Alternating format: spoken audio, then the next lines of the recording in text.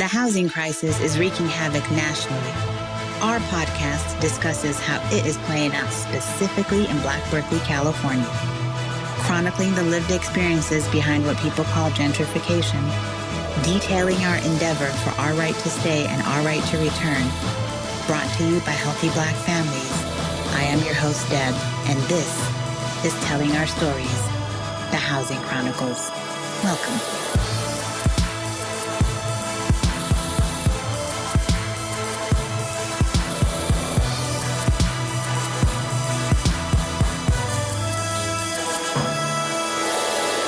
Welcome again, everyone. This is the last part of our great conversation with Councilperson of Berkeley's District 3, Ben Bartlett, the Mayor of Berkeley, Jesse Arreguín, and Chief of Staff to the Mayor, Jaqueline McCormick. In our previous episodes, we talked about what brought you all to the work of public service. We touched on the generational harm Bay Area Rapid Transit, BART, unleashed on a robust Black community in South Berkeley, and how now that is exactly where BART is again rolling up its sleeves to redevelop. The local communities insisting on repairing the old wrongs and rebuilding and creating a thriving Black Berkeley. How would an initiative like Equitable Black Berkeley get financed in a sustainable way so that it might stay true to its long-term vision? How will the fund be generated? The idea is that it will be generated somehow through profits from Wall Street, through an investment fund that would be created on Wall Street, and that there would be cream off the top of that investment fund that would go into this that would fund this $500 million. And then there would be another way to capture any market, capture revenues from the projects itself to fund the services through an EIFD, an enterprise investment financing district, something like that line. So and that money, because it's ongoing taxes, would be an ongoing resource. $500 million's finite, but this ongoing bucket through EIFD would always be there to fund the services and the wraparound services the mayor spoke about. Yeah, if I can also elaborate, once again, going back to the whole issue of the air rights, which is we're the only city in BART's whole system that actually owns air rights. And that's unique for BART. But we are going to make sure we get the most we can out of that. And so part of what we are discussing and negotiating with BART, and we definitely want community support for, is the idea that whatever profit comes out of the project, that go into a significant portion of that go into a community benefits fund that the community will decide how it's spent to implement some of the things that Jaqueline had talked about. BART doesn't do these projects just out of being altruistic. They also make money off of it. They get significant ground rent from developers for letting people build on their property. Well, 80% of the property that's going to be built on at Ashby BART, the city owns, not BART. So the city needs to get that 80%. The community needs to get that 80%. That's what we are negotiating, and we strongly will be pushing for, and we really need community support for. The Berkeley Flea Market, for me, growing up, was a place where my soul was quenched. It was where I went on Sundays to make sure that I had enough in me to go on for the rest of the week. And in my circle, it served as such for all of us. So South Berkeley, Ashby BART Station's flea market I'm happy to know it's an integral part of this development. And how much do you say will need to be raised for this? Well, I think it depends on the different elements of the EBB initiative. In terms of the affordable housing, I think we've estimated it's over additional $300 million that we need to go into achieving that 100% of all the units being permanently affordable. But then there are other parts of the project, such as, maintaining and providing space for the Ashby Flea Market, which is a critical part of the city and the community's vision for building at Ashby Station. We are not going to displace the flea market in the process of building affordable housing there. There's, the idea of having community space and space for locally owned micro businesses. They're, having space for childcare. There is, having public open space for community gathering and building community. And then there's the actual services and programs that EBB is talking about. So, that's part of what we're doing, is trying to quantify that, what that all means, and then think creatively about how we generate the revenue to help support that. But part of it may involve public-private partnerships with, banks who have a legal responsibility through the Community Reinvestment Act to put money back into the communities where they bank in. These are some of the banks that during the subprime lending crisis had preyed on communities of color. People lost their homes. They have a responsibility to reinvest in South Berkeley. And then as well with the air rights, and the air rights are just that, the right to build in the air, that the city owns. 80% of the developable envelope is the air rights that the city owns. We want that 80% to come back to the community as well. And if I could jump in real quick, adding to it, right? So the number sounds exorbitantly high that we're banding about here, but you have to realize that in the current context, in terms of just the cost of building and the cost of land in California and materials and labor, et cetera, an apartment can cost $1 million just to make one apartment. So that's what we're faced with, right?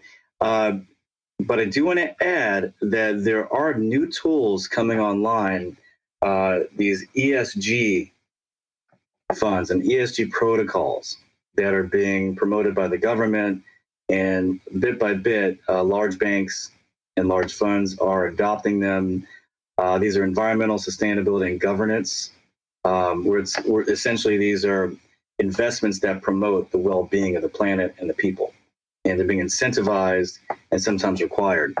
And so wrapping that in to our context, where you can invest in a neighborhood and tie that to the EIFD, the Enhanced Infrastructure Finance District, which we wrote a while ago, was coming out, our study will be emerging soon.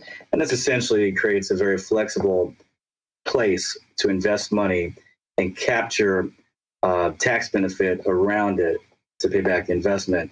It just makes it opens up the floodgates to potential large scale investment to help recover our initiatives under EBB. How long would you say it will take to raise this amount of money? Our goal is to have it completely all raised in 7 years. If we're going to build the affordable housing, we need to have that money over, right away to be able to commit for a developer that the city match is there to do the affordable units that we want.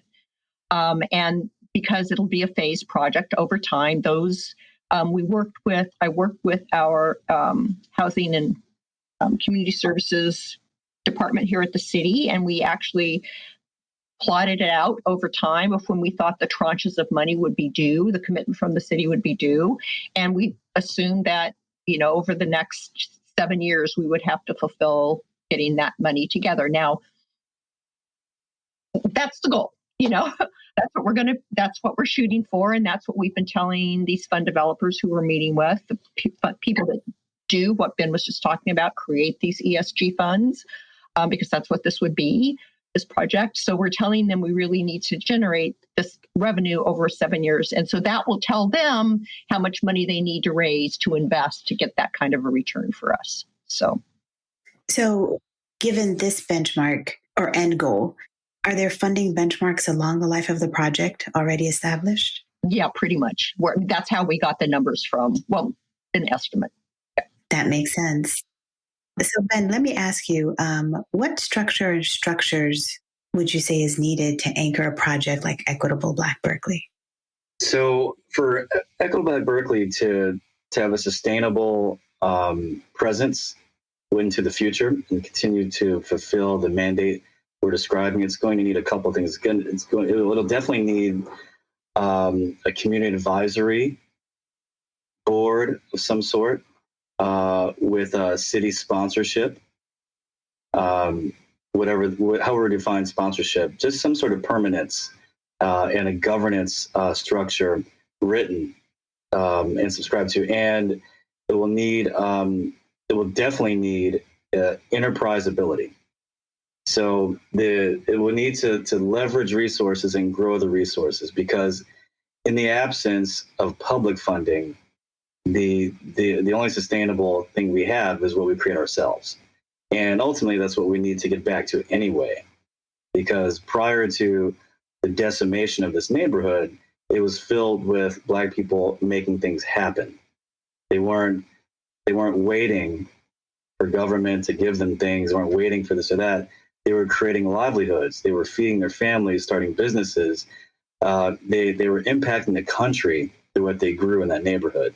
So I think the best route for EBB is to recommit to that frame of mind and of industrious growth and creative enterprise to grow its pool and help more people that way. Jaqueline, what are your deep thoughts on what is needed for success? I mean, Ben hit it. I mean, I actually got a little choked up listening to him.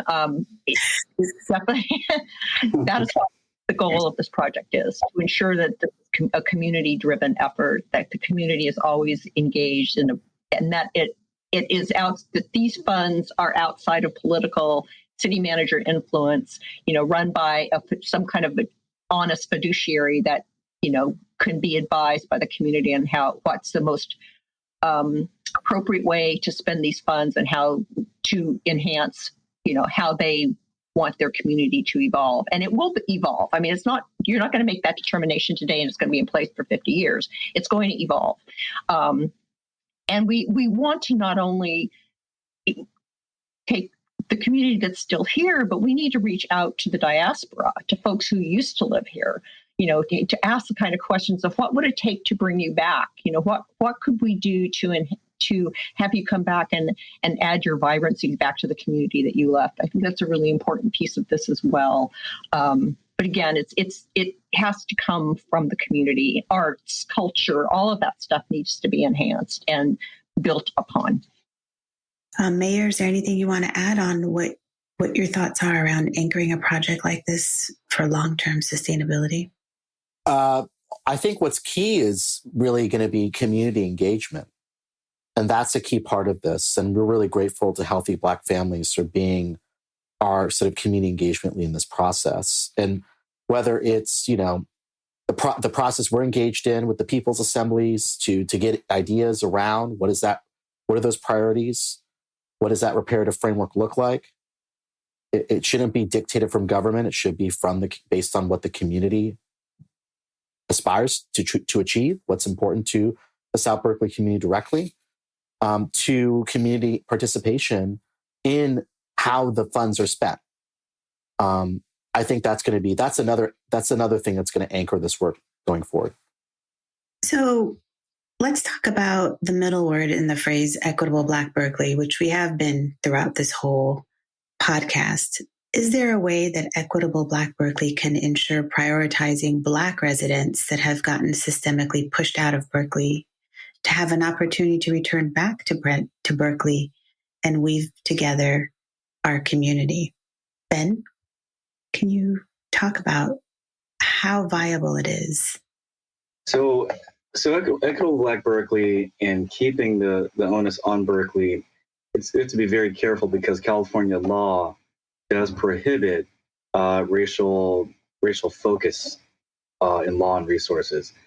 However, if you can demonstrate that the state was favoring one race over another, you're allowed to compensatory reparative policies to correct it. So we did this in Berkeley under the mayor's leadership. Again, we did a racial equity study for city contracting, and we found that the city had been favoring large companies and white male contractors too, over Black small businesses, Black businesses, women-owned businesses, et cetera. So now we have the legal basis to sort of provide special weight to those candidates in order to rebalance with the imbalance the government created. So there's that, right? So I think a safer strategy, and honestly, I wouldn't have named, if I was in charge, I would not have named it Equitable Black Berkeley, because it does invite challenge. It invites California Council to challenge on its face. So every meeting we have, we're inviting challenge. I think a more appropriate or a safer stand-in would hone in on displaced members of the community in a certain area. Things like that sort of highlight and point to where the corrections we're trying to make, or even honing in on other elements in terms of poverty, lack of health attainment, educational de-resourcing, stuff like that. It's a safer play to hone in on those attributes in general. As your attorney, I would advise you to change the name. So there's a large chasm between those that are willing to roll up their sleeves to equalize a playing field and those that are skeptics and wince at the concept of equity. There's a whole lot of work that needs to be done around this, as it's going to take all of us. What are some of the ways the city can help bridge this chasm? Mayor, if you can jump in on that one. Certainly. Well, it's a really good question around how we bridge this chasm. We talk about equity a lot, but I think we really need to get to the core of what do we mean by equity. And it's kind of used as a buzzword. And certainly it's used a lot in Berkeley, but our housing market is far from equitable. Our system of policing is far from equitable. Our education system is far from equitable. So that, I think, is kind of what we're trying to redefine, actually to realize what true equity in terms of how our communities are planned and built. So I think part of it is broader education around, what do we mean by equity for our South Berkeley and Black community.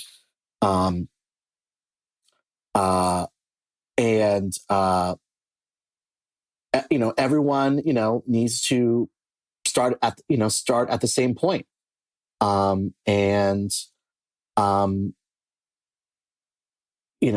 Actually, there needs to be broad education about the starting point in the relay race and what society has contributed to informing who gets the advantage.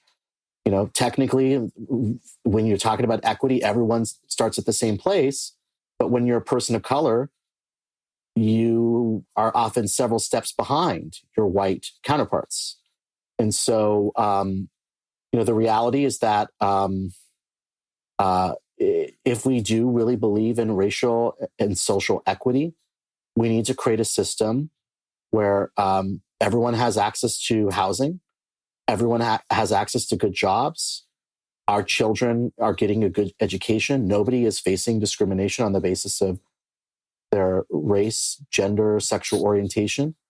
And sadly, the reality, due to systemic racism, and Berkeley's not immune from systemic racism, is that our systems aren't equitable.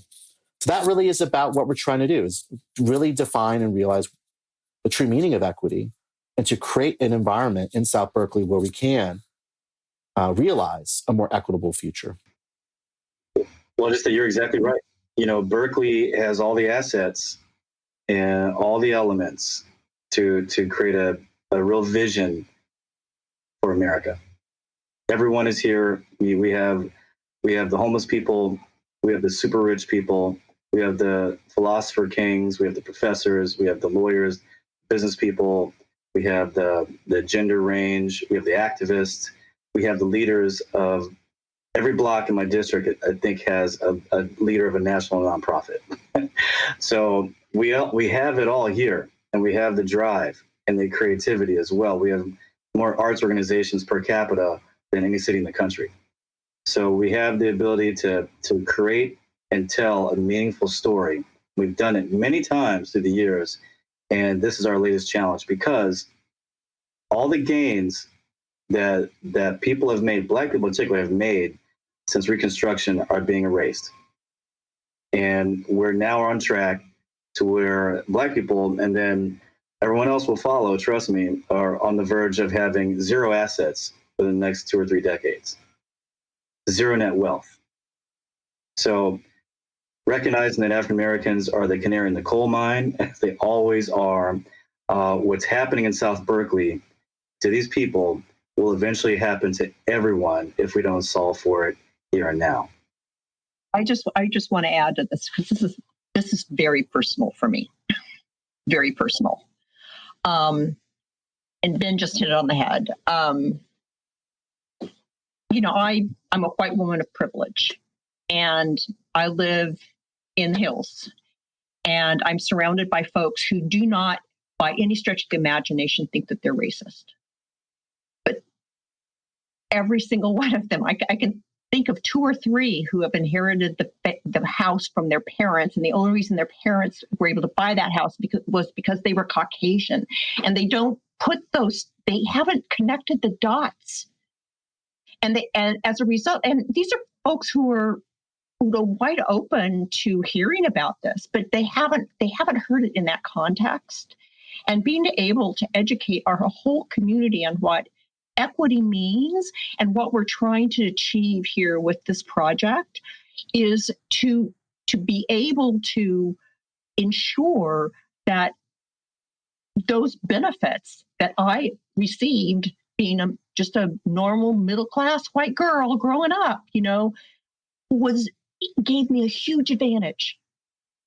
And it opens up your heart to be able to say, no, we must do more. We must do more as a society. And as a community, we know we can do that because, we've done it before when, we've looked at our homeless and we were able to get Measure P passed because people want to do things. They need to be educated. And that's a big part of Equitable Black Berkeley. It's not just for this particular project, but to educate the entire community about what it means to have privilege. Yeah, thank you, Jaqueline and Ben, particularly because, Ben, you brought in the arts, and that's a very good way to bridge this chasm, right? Because it gets into the crevices of the heart in ways that a dialogue, a lecture, a paper, a book doesn't. And I have some ideas, which I'll be talking to you about, Jaqueline. So, Councilmember Bartlett, in our state of California, there appears to be an attempt to engage Black people's age-old movement for reparations. What moves is the City of Berkeley making around reparations? Well, so this is the reparations issue is really great. It's been on people's minds since the beginning, and now there are efforts underway. And California is the first state level effort to create reparations, and which is massive because California, of course, being the largest, most wealthiest, and most powerful state in the country, and then locally, San Francisco has undertaken it, and now Berkeley has as well. And so we crafted a really interesting proposal that we passed unanimously. Thank you so much to the mayor for co-sponsoring and helping us shepherd it through for Berkeley to initiate reparations. And our reparations is meant to be a comprehensive, catalytic event, as opposed to a one and done, where it's forgotten on Tuesday after being executed Monday. It's meant to be a process. It's inspired by the South African process of truth and reconciliation. So we undergo the similar process of information sharing and gathering from experts in the community, and then eventually coming out with a series of proposals and a series of reparative actions. Really interesting concept. I'm really excited for it. We hope to, at the end of it, turn the corner on history and have a new sort of mindset existing in the city of Berkeley. And that's the goal. And I think that is where we need to get to in general as society, because our divisions and our wounds require proper healing, and healing is a process. So I'm excited for that. It's going to happen in 2023. The process will begin, and I look forward to it. And it aligns in an interesting fashion with the work we're discussing here today, the EBB and the community fund and all that business. And it'll be curious to see where it fits, because much of it, in terms of the community investment fund, the small business support, city contracting, all the things imagined by the fund could be roped into and made part and parcel to reparations. Unfortunately, unless we're able to change the law, the apartment building on site at the BART stations, they're not allowed to be condominiums. They can't be owned. They can only be rented.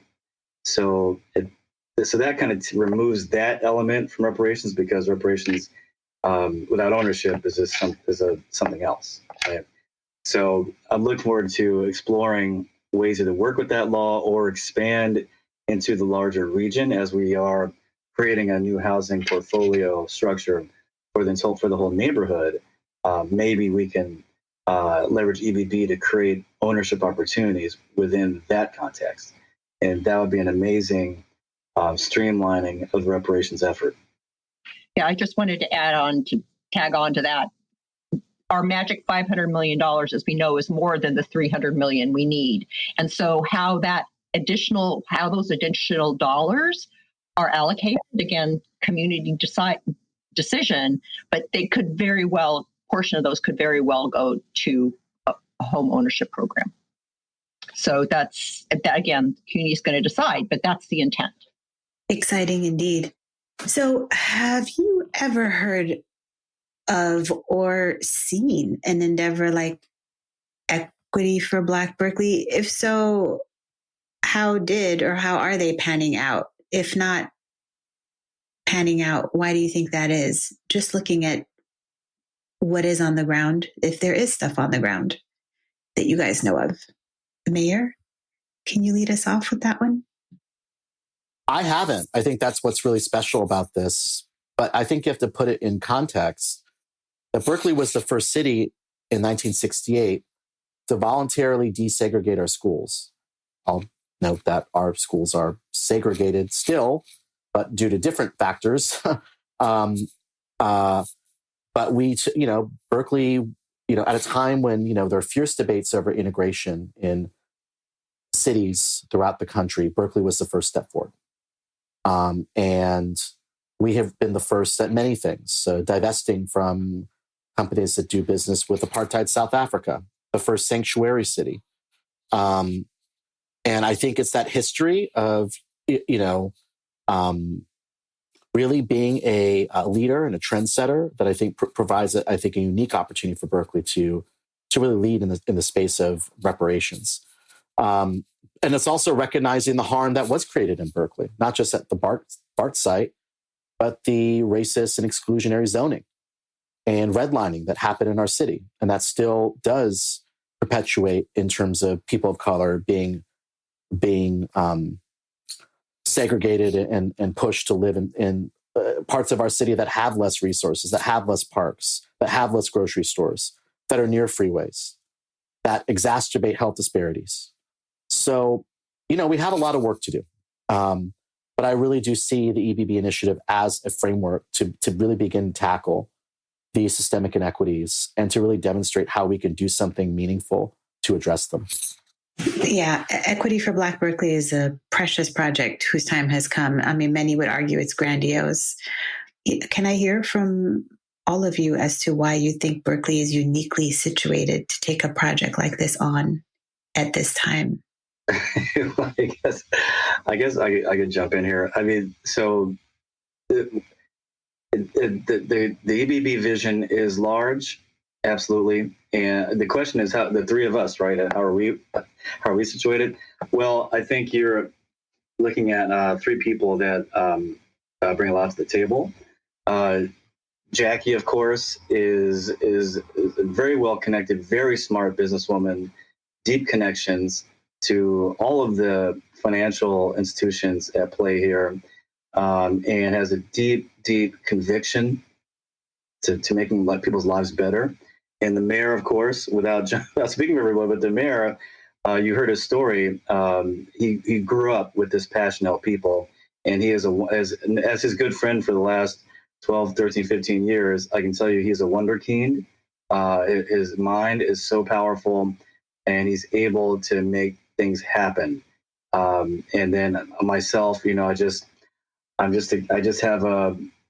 have some experience in the world, and I got some connections myself, and a bit of creative financial imagination and systems thinking that can come into play. And I think overall, the three of us also represent the parts of Berkeley at play here. And Berkeley is always at the cutting edge for what's happening. And right now in the world, we're faced with the need to reimagine the role of individual and state, the role of community, and the nature of capitalism. Technology is moving forward so fast, where all the safe white-collar jobs are going to be threatened in the next 3 to 4 years. So as we reimagine what it means to have a functioning economy that works for people, there's no better place than Berkeley, with all of its genius power and moral conviction, and the three of us and our friends and you in the community to help make it happen. And I'm just going to pile on here because my first comment was going to be, because it's Berkeley. Of course it's going to happen. It's Berkeley. But I want to bring it back around that, to what I said kind of at the beginning, that this was a while, and Wilhelmina and Mama Yana told me I use the term wild ass idea. It is a wild ass idea. But every time, doors have just opened for us. We've funded this project through, just asking for grants. And because this is a viable project, we've pitched this to fund developers who, a couple of them patted us on the head and told us to go away. But there's a couple of them that are so excited to do this because they know it needs to be done. So, I'm not going to stop until, we see this to reality. And the doors, I know, will continue to open for us. There has not been one that's closed. And the team that's behind the three of us, we have some amazing folks that pulled out the finance team and the repair team, that are committed and to ensure that this happens. And they're opening doors for us too. So anyway, it is precious. It is a very precious project. Mayor, can you close us out on the uniqueness of Berkeley positioned to do this here and now? Well, I think as I touched upon, Berkeley is really a leader, and we have led in so many spaces, including on integration of schools. Assemblyman Byron Rumford, who was a pharmacist who lived in South Berkeley, he authored the first fair housing bill in California. A lot of really progressive legislation and progressive initiatives actually started in Berkeley, and started in South Berkeley in particular, due to leaders like Mabel Howard, like former Congressman Ron Dellums. And so we're building on those leaders and their legacies. And I'm excited. I really think that we have a real opportunity here with this project to do something really meaningful and to demonstrate how we can, if you look at the history of, land use policy in Berkeley, or even just throughout the country, it has not been equitable. It has perpetuated racism. It has perpetuated classism. We saw what happened in the Western Addition, the Fillmore District in San Francisco, where in the name of urban renewal, a large predominantly Black neighborhood was bulldozed. What we're saying is that's not going to happen. That's not how our city is going to grow and change. We're not going to destroy. We're not going to leave people behind. We're going to bring people along. We're going to lift people up. And that's why the community's voice and community's participation in this process is so critical in helping shape that vision and help make the decisions that will help guide the investments that EBB will create. But I'm really excited. I think in Berkeley, we recognize what was wrong in the past. We recognize that we have to change. And we say we're committed to equity. We say we're committed to inclusion. Well, let's demonstrate that. And that's what we hope to achieve with this project. Thank you all so much for coming on and talking to us and educating us on what pieces are on the ground moving. Can we close out with you telling us how you would like the public to engage? What would be next steps for engagement?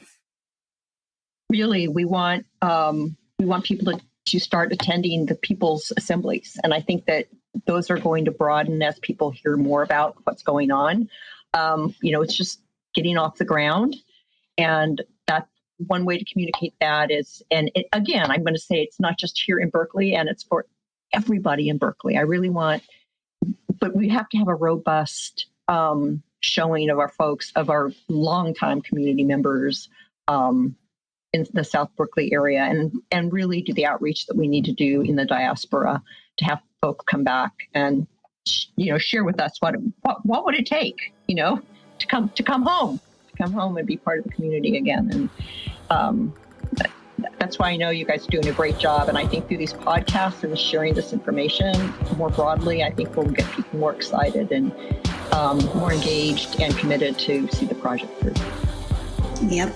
Excited to roll up our sleeves and be in this protracted struggle. Thank you very much, Mayor Jesse Arreguín, Council Member Ben Bartlett, and Chief of Staff to the Mayor, Jaqueline McCormick. It's been a pleasure. Thank you so much. Thank you. Thank you, Deb. Loved every minute. Bye-bye. Written, edited, and hosted by Deborah Hailu, Telling Our Stories Program Coordinator at Healthy Black Families, Inc. Audio engineered by Adrian Davis and Salim Naji Ullah of One Hitter Entertainment. Shout out to James Shields of Creative Shields for our beautiful podcast artwork. Akila Shahid, Office and Media Manager at Healthy Black Families, Inc. for the many ways she steps up and bridges our gaps. And Wilhelmina Wilson, Executive Director at Healthy Black Families, Inc. for bringing all of this together. Casting out the net of Black love in service of all humanity, this has been Telling Our Stories, the Housing Chronicles. See you next time.